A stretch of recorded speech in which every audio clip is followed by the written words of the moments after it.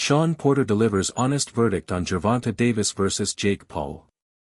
Two-time welterweight champion Shawn Porter has shared his thoughts on the controversial matchup between Gervonta Davis and Jake Paul.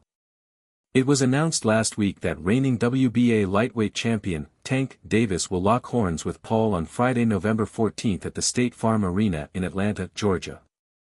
Davis was originally penciled in to face fellow countryman Lamont Roach Jr. in their much-anticipated rematch next, but these plans have now been shelved after Tank instead opted for the shock clash against the problem child.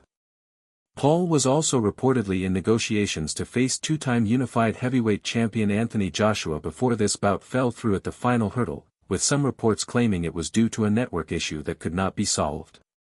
A number of boxing figures have criticized the Davis vs Paul fight, and now former welterweight world champion Porter has offered his take. Speaking on the Porter Way podcast, he gave an honest assessment of the upcoming clash, as he expressed his concerns at the significant weight discrepancy between the duo. "The issue that I have is you have a legitimate 135 pounds champion getting in the ring with a 190 pounds guy, whatever it is that Jake Paul is at. So let's really answer this thing. Tank maybe walks around at 150 maybe, we know he's not walking around at 170, we could maybe say 160 but we know without a shadow of a doubt 150 right? In shape, 145, in shape, you know what I mean.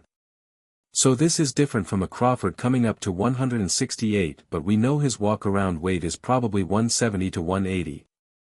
This thing right here is all the way different and that's my thing with this one." Ahead of Paul's most recent ring appearance against Julio Cesar Jr. last month, the 28-year-old weighed in at 198.5 pounds, whilst Tank weighed in at just shy of 134 pounds for his March clash with Lamont Roach Jr., leaving fans and analysts wondering whether Davis is taking it a step too far when he does battle with the YouTuber-turned-boxer later this year.